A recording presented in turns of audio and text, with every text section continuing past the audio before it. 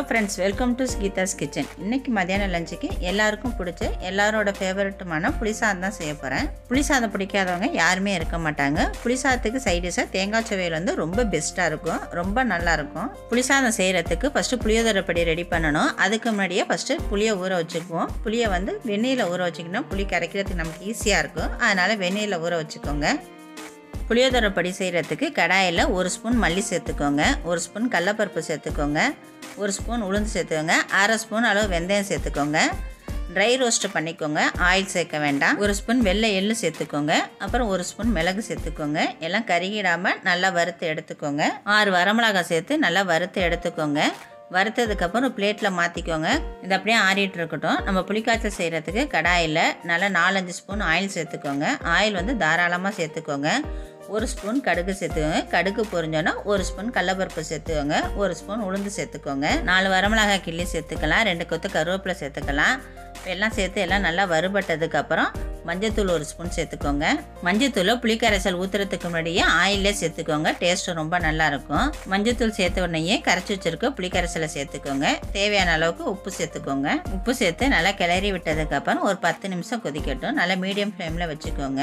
புளிக்கரைசல் நல்லா கொதிக்கிறதுக்குள்ள புளியோதரை பொடிக்கு வறுத்து வச்சுருக்கிறத முதல்ல நம்ம அரைச்சி எடுத்துக்கலாம். ரொம்ப நைஸாக அரைக்க வேண்டாம், கொஞ்சம் லைட்டாக குறைன்னு அரைச்சா போதும். இந்த புளியோதரை பொடியை நீங்கள் எக்ஸ்ட்ரா கூட அரைச்சி வச்சுக்கிட்டு ஃப்ரிட்ஜில் ஸ்டோர் பண்ணிக்கிட்டிங்கன்னா புளிக்காய்ச்சல் செய்கிறப்ப ஈஸியாக செஞ்சுக்கலாம். இந்த மாதிரி அரைச்சி எடுத்துக்கோங்க. இப்போ வந்து புளிக்காய்ச்சல் வந்து நல்லா கொதிச்சிடுச்சு. இந்த ஸ்டேஜ் இருக்கும்போது நம்ம அரைச்சி வச்சுருக்க பொடியை சேர்த்துக்கலாம். பொடியை சேர்த்து நல்லா கலந்து விட்டுருங்க. இந்த பொடி சேர்த்து செஞ்சிங்கன்னா புளிக்காய்ச்சல் வந்து டேஸ்ட்டாக இருக்கும், ரொம்பவே நல்லாயிருக்கும். பொடி சேர்த்து நல்லா கலந்து விட்டு நல்லா கொதி வந்ததுக்கப்புறம் 1 ஸ்பூன் அளவுக்கு வெல்லம் சேர்த்துக்கோங்க. என்கிட்ட வெல்லம் இல்லாதனால நாட்டு சர்க்கரை சேர்த்துருக்கேன். வெல்லம் சேர்த்ததுக்கப்புறம் 1 ஸ்பூன் பெருங்காயம் சேர்த்து நல்லா கிளறி விட்டுக்கோங்க. பெருங்காயம் சேர்த்து நல்லா கிளறி விட்டதுக்கப்புறம் அடுப்பு லோ ஃப்ளேமில் வச்சு ஒரு 5 நிமிஷம் கொதிக்க விடுங்க. நல்லா ஒரு 5 நிமிஷம் கழிச்சு பார்த்தீங்கன்னா எண்ணெயெல்லாம் பிரிஞ்சு இந்த ஸ்டேஜில் வந்து புளிக்காய்ச்சல் நமக்கு ரெடி ஆகிடும். எண்ணெயெல்லாம் பிரிஞ்சு வந்தோடனே நம்ம ஸ்டவ் ஆஃப் பண்ணிக்கலாம். அவ்வளோதான், புளிக்காய்ச்சல் ரெடி ஆகிடுச்சு. புளிக்காய்ச்சல் ரெடி ஆகிட்டு இருக்கும்போதே இன்னொரு அடுப்பில் சாதத்தையும் வேக வச்சுட்டேன். இப்போ புளிக்காய்ச்சல் வந்து வேறு ஒரு பாத்திரத்தில் மாற்றி வச்சுக்கலாம். தேங்காய் துவையல் அரைக்கிறதுக்கு தேங்காய் 1 கப் அளவு எடுத்துக்கோங்க. ஒரு 6-7 பச்சை மிளகாய் சேர்த்துக்கோங்க. கொஞ்சமாக புளி சேர்த்துக்கோங்க.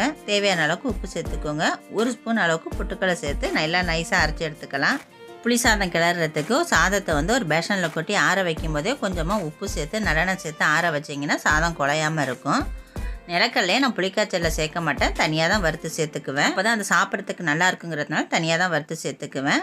புளிக்காய்ச்சலை சேர்த்து கிளறும் போது சாதம் வந்து ரொம்ப ஆறிடக்கூடாது, ரொம்ப ஜில்லுன்னு இருக்கக்கூடாது. மிதமான சூட்டில் இருந்தால் தான் சாதம் வந்து டேஸ்ட்டாக இருக்கும். இன்றைக்கி மதியானம் லஞ்சுக்கு புளி சாதம், சைட் டிஷ் தேங்காய் துவையல், மாம்பழம் வச்சு சூப்பராக லஞ்சு சாப்பிட்டாச்சு. உங்கள் வீட்டில் என்ன லஞ்சுங்கிறத கமெண்ட்டில் சொல்லுங்கள். இந்த மெத்தடில் புளிக்காய்ச்சல் செஞ்சு புளி சாதம் செஞ்சு பாருங்கள், ரொம்ப நல்லாயிருக்கும், ரொம்ப டேஸ்ட்டாக இருக்கும். இப்போ தான் நம்ம வீடியோ ஃபஸ்ட் டைம் பார்க்குறீங்கன்னா சேனலை சப்ஸ்கிரைப் பண்ணி சப்போர்ட் பண்ணுங்கள்.